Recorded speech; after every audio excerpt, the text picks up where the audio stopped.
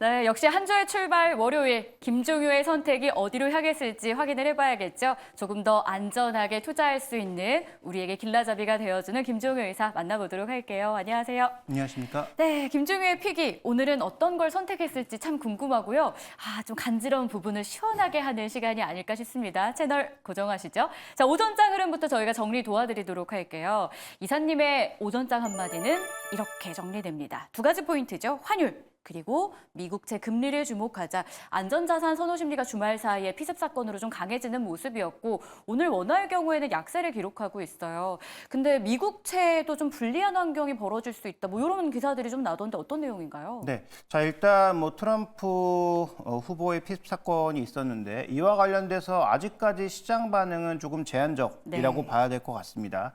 다만 우리 시장이 미국 시장 분위기를 그대로 반영하지 못한 것은 이런 부분들을 또 미리 흡수하고 있는 상황이라고도 볼 수 있거든요. 근데 이제 미국 시장으로 넘어갔을 때 미국 시장의 지금 뭐 나스닥 선물 움직임보다는 본장에서 과연 미국채 금리 그리고 환율이 어떤 변동성을 보이느냐가 관건이 될 것 같아요. 그래서 금요일 날 쉬어간다라고 말씀을 드렸고 뭐 쉬어가도 나쁘지 않다라고 말씀을 드렸는데 만약에 환율과 미국채 금리가 급변동을 하면서 외국인 수급이 바뀌면 또 얘기는 달라질 수가 있는 거죠. 그래서 아직까지 그렇게 속단하기는 어렵지만 오늘 미국 시장이 열렸을 때 미국채 금리가 속등하고 달러 강세나 혹은 달러는 아니더라도 안전자산 선호로 가면서 이머징 마켓에 대한 전반적인 위험 신호가 올라오면 그러면 또 우리 시장에 대한 대응 관점이 바뀔 수도 있고 그러면서 묘하게도 하이닉스와 삼성전자가 쉬면서 삼양식품이 튀고 있기 때문에 그런 관점에서 종목 장세로의 다시 전환 가능성, 지수는 또 묶어두고 종목만 순환이 도는 게 아닌가 이런 부분들을 한번 점검해 볼 필요가 있을 것 같습니다. 그래서 간밤에 또 이제 밤에 열릴 미국장의 흐름도 저희가 좀 체크가 잘 필요해 보이겠다. 이 두 포인트는 이번 주 내내 좀 지켜볼 필요가 있어 보이고요. 자, 그럼 오늘 장 안에서 좀 뜨겁게 움직였던 섹터에는 어떤 것들이 있는지도 다시 한번 분석과 정리 도와드리겠습니다. 아무래도 트럼프의 정책주 관련해서 트레이딩 관점의 흐름이 강하게 나오고 있는 상황인데요. 일각에서는 이 총격 사건 이후에 단기적으로만 주가가 움직였기 때문에 좀 연속성은 떨어진다는 분석이 있더라고요. 이사님 의견은요? 네, 저도 뭐 마찬가지입니다. 일단 뭐 트럼프 후보가 강한 여러 가지 정책들을 내놓고 있지만 이번에는 8년이 아니고 4년 대통령이에요. 그러니까 저번에 한 번 했기 때문에 이번에는 추가적으로 더 할 수가 없거든요. 그럼 4년 내에 트럼프 대통령이 과연 어떤 정책들을 효율적으로 끌어낼 수 있을까? 그 초기 1, 2년에 뭔가 정책들을 강하게 드라이브 걸지 못하면 그 뒤는 안 되는 거거든요. 그래서 전체적으로 지금 트럼프 정책과 관련돼서 조금 뭔가 앞서가는 모습 보여주고 있고 예를 들어서 뭐 우크라이나 재건 이런 종목군들까지 막 움직이고 있거든요. 방산주들도 뭐 지금 굉장히 빠르게 움직이고 있고요. 근데 방산주는 어쨌든 숫자가 같이 가고 있는 거니까 그나마 다행일 텐데 뭐 우크라이나 재건이라든지 뭐 비트코인 관련주라든지 이런 종목군들의 시세가 연속성을 보일 수 있을까는 저는 조금 의문스러워서 이 트럼프 정책주와 관련돼서 실제로 숫자를 견인할 수 있는 것들이 몇 개나 있는지는 좀 고민해 보실 필요가 있겠고 방산주도 숫자보다 너무 앞서간다 생각하면 좀 경계감을 가질 필요가 있는 거고요. 반대로 지금 조금 뭔가 급하게 움직이는 종목군들에 대해서는 트레이딩 정도의 관점에서 멈추시는 것이 좋지 않을까 이렇게 판단하고 있습니다. 트럼프 정책주 관련해서도 숫자와 함께 움직인다면 다행인데 그렇지 않다면 너무 집중할 필요는 없다, 위험할 수 있다라는 조언 여러분 잘 챙겨보셔야 될 것 같습니다. 자, 그러면 오늘 저희가 이 시점에서 어떤 종목과 섹터를 봐야 되는지 김종휘의 픽이 어떤 걸 선택했을지 한번 보도록 하겠습니다. 자, 궁금하셨죠? 두산그룹주, 지난주부터 뜨거운 감자로 시장에 계속 오르내립니다. 트럼프 정책, 테마 오르고 있는 와중에도 두산그룹주에 대한 관심은 정말 뜨거워요. 그만큼 시장에 관심이 높다라고 볼 수 있을 것 같은데 투자 가치에 대해서 오늘 좀 정리 도와주시나요? 네, 일단 두산그룹이 이런 선택을 하게 된 것, 그다음에 이것이 과연 두산그룹의 전체를 살찌울 수 있을지 이 부분에 대해서 집중적으로 살펴볼 필요가 있겠고 장기 투자 관점에서 우리가 주목해 봐야 될 종목이 있는지 한번 살펴볼 필요가 있을 것 같아서요. 그래서 지난 금요일과 오늘 주가 흐름이 전혀 다른데 이들 종목이 어떤 포인트를 짚는 것이 장기 투자에 있어서는 핵심인지 그 부분을 한번 살펴보고자 합니다. 맞습니다. 참 기사화돼서 나오는 내용만 뉴스 기사로 본다면 정리가 되는 듯한데 좀 깊이 있게 들어가려고 하면 잘 이해가 안 가는 부분들도 있어요. 세 가지 포인트를 통해서 확실하게 정리 도와드리겠습니다. 자, 두산을 봐야 할 때 어떤 걸 체크해야 되는지 첫 번째 포인트부터 열어볼게요. 왜 바꾸는지 이거부터 알아야 되는데 오늘 나온 리포트 보니까 이런 제목이 있더라고요. 오해하지 마세요. 좋은 겁니다라고 합니다. 진짜 그렇습니까? 저도 대답 드리고 싶어요. 네. 오해하셔도 됩니다. 오. 네. 지금 현재 구간에서 우리가 주목해봐야 될 건 두산그룹은 약간 도박을 걸고 있는 거라고 생각하시면 네. 됩니다. 자, 왜 그런지 한번 살펴보도록 하죠. 일단 이게 이대로 진행될지 여부도 알 수 없지만 일단 이대로 진행됐을 때 어떤 전개가 되는 것인지 살펴볼 필요가 있는 거죠. 자, 준비된 첫 번째 그림을 보시면 실제로 원래 두산 에너빌리티가 다 가지고 있던 것을 나눠 가진다라고 하는 거죠. 네. 두산 퓨얼셀 절로 가고 그다음에 두산 밥켓, 큐벡스 이쪽으로 가서 이렇게 나눈다라는 것인데 두산 테스나를 제외하고 지금 두산그룹이 키우고 싶은 소위 수소라든지 그다음에 로봇 같은 것들은 지금 추가적으로 투자하고 싶지만 돈이 없잖아요. 그러니까 유상증자를 하면 아무래도 뭐 주가에 타격도 네. 있을 수 있고 여러 가지 재무적 부담이 있을 수 있잖아요. 쉽게 말씀드리면 돈 버는 두 기업에게 금쪽이를 하나씩 나눠서 맡긴 거다. 이렇게 생각하시면 됩니다. 그러니까 당연히 두산 에너빌리티나 두산밖에 주주 입장에서는 화가 날 수밖에 없는 거고요. 그다음에 지금 어차피 법을 지킨 것이라고 하지만 그러니까 저는 더 상법의 개정 필요성이 커졌다 이렇게 좀 판단하고 있거든요.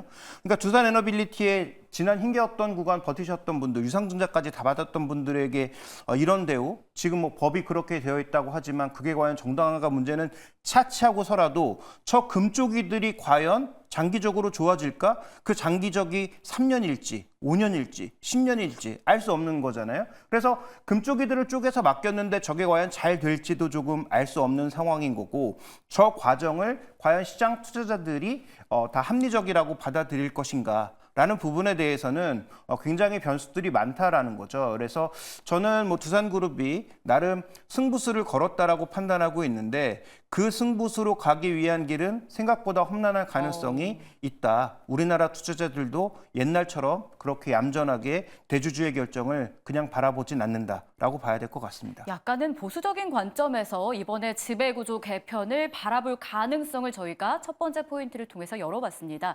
주가 흐름만 오늘 놓고 보면요. 두산 에너빌리티는 상승을 하고 있고요. 로보틱스와 밥켓은 급락을 하고 있습니다. 그래서 투자를 어떻게 해야 되나 이게 참 고민인 상황인데요. 두 번째 포인트를 통해서 그 내용 도와드리도록 할게요. 자, 과연 이걸 투자해야 되는 건지 아니면 트레이딩 관점에서 봐야 되는 건지 답 주시죠. 근데 저는 뭐 한 기업 정도를 제외하고 나머지는 트레이딩 영역에 있다라고 보고 있는데 뭐 두산 로보틱스 같은 경우에는 지금 뭐 수급 이슈까지가 얽혀 있잖아요. 네. MSCI 편입이라고 하는 수급 이슈까지가 얽혀 있다 보니까 기본적으로 뭐 주가 급락했을 때 매수가 더 들어올 수도 있고 해당 이슈 진행에 따라서 언제든지 주가가 뭐 펄럭일 수는 있을 것 같은데 이게 계속 고점을 올라가는 그런 모습으로 갈 거냐라는 부분에 대해서는 조금 회의적이고요. 그다음에 아까도 말씀드렸던 것처럼 지금 이 스케줄, 타임 스케줄이 생각보다 굉장히 길어요. 네. 준비된 그림으로 확인해 보실까요? 자, 이게 당장 뭐 한 달 안에 끝나는 게 아니고 11월까지 가는 굉장히 장기 스케줄입니다. 그래서 일단 9월 25일 날 있을 주주총회 어떤 흐름도 넘겨야 되고요. 그다음에 주식 매수권, 청구권 행사 기간에 전체적인 흐름은 어떻게 되는지 확인해 봐야 되고요. 그럼 각각의 변수를 내가 통제할 수 있느냐? 전혀 통제할 수 있는 변수들이 없죠. 네. 그렇게 본다면 단기적인 변동성은 계속 커질 수 있다라는 관점에서 일단 해당 종목군들, 뭐 두산이라든지 두산 로보틱스처럼 뭐 대신증권에서 수혜주로 꼽았던 종목군들이 안정적으로 주가 흐름을 보일 거냐? 저는 뭐 전혀 그럴 것 같지 않아서 해당 종목에 대해서는 뭐 트레이딩 관점은 가능하겠지만 중장기적인 투자 관점에서는 여전히 좀 리스크가 있어 보인다. 이 두산그룹의 도박이 성공할지 여부를 아직은 확신할 수 없다. 이렇게 좀 봐야 될 것 같습니다. 두 번째 포인트를 본다 하더라도 여전히 의문점이 있는 것 같아요. 이 일정 가운데 내가 컨트롤할 수 있는 일정은 전혀 없는 상황. 단기 변동성이 계속해서 이어질 수 있다는 걸 염두해야 될 것 같은데요.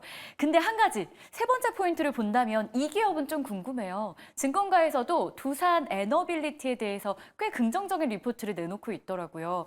이사님도 이에 동의하시는지 궁금한데 에너지 기업으로 투자 지속되는지 이 포인트가 중요하겠습니까? 그 이미 지난달에 한번 말씀드렸던 것 같은데 에너지업을 볼 때 저는 뭐 주가의 단기적인 등락이야 다 있겠지만 하나솔루션, 그다음에 엑슨모빌, 두산에너빌리티를 네. 본다라고 말씀을 드렸고 얼마 전에 또 한번 말씀드릴 때도 두산에너빌리티가 체코 원전 수주를 하면 좋지만 만약에 하지 못해서 급락이 나온다면 그때도 매수 기회다라고 말씀드렸던 것은 두산에너빌리티는 제3 강조드리지만 원전 기업만은 아닙니다. 그러니까 원전이 일부로 포함되어 있는 거고요. 소위 에너지의 전반적인 것을 다 다루고 있는 기업인 거죠. 근데 아까 했던 그 기업 구조 조정에 있어서 두산에너빌리티의 가장 좋은 점은 뭐냐면 이 회사의 최대 약점이었던 재무 구조를 개선시킬 수 있다는 포인트가 있습니다. 그래서 이게 돼도 실제 기업 가치가 많이 떨어지지 않을 것으로 보이고 안 된다고 하더라도 일단 돈을 벌기 시작하면 재무 구조의 부족함은 시간은 걸리겠지만 채워나갈 수가 있는 것이죠. 그래서 지금 준비된 그림 보시면 이 회사의 지금 밸류에이션의 위치가 이익 기준으로 봤을 때는 워낙 좀 변동폭이 크기 때문에 그나마 안정적인 PB 관점으로 봤을 때 현재 그렇게 비이성적인 주가 흐름을 보여주고 있느냐? 그렇지 않다라는 거죠. 여전히 한 뭐 2배 정도 안 되는 레벨이라면 저는 충분히 추가 상승 가능성은 죄송합니다. 열려 있다라고 보고 있고요. 네. 그런 관점에서 에너지 기업 지금 뭐 풍력에도 열려 있고 원자력에도 열려 있고 가스 발전에도 열려 있는 두산에너빌리티에 대해서는 저는 조정이 나왔을 때는 여전히 긍정적 관점이 가능하다. 두산그룹주 내에서 저는 뭐 가장 탑픽이다 이렇게 보고 있습니다. 그러니까 밥켓을 떼어나고 얻을 이익이 더 크다라는 리포트 많은 분들이 오늘 읽으셨을 것 같은데요. 김종효 이사님도 이 전부터 두산그룹주의 이슈 전부터 두산에너빌리티는 원전뿐만 아니라 에너지 기업으로서도 매력이 있다라는 포인트를 계속 전해주셨습니다. 그래서 오늘은 그룹주 안에서 이 기업이 그나마 볼만하다라고 알려주신 건데요. 뭐 가격 전략을 보는 시간은 아니긴 했습니다만 그래도 투자하고 싶은 분들을 위해서 좀 길게 본다면 어느 정도 기간을 가지고 가격을 좀 바라보면 좋을까요?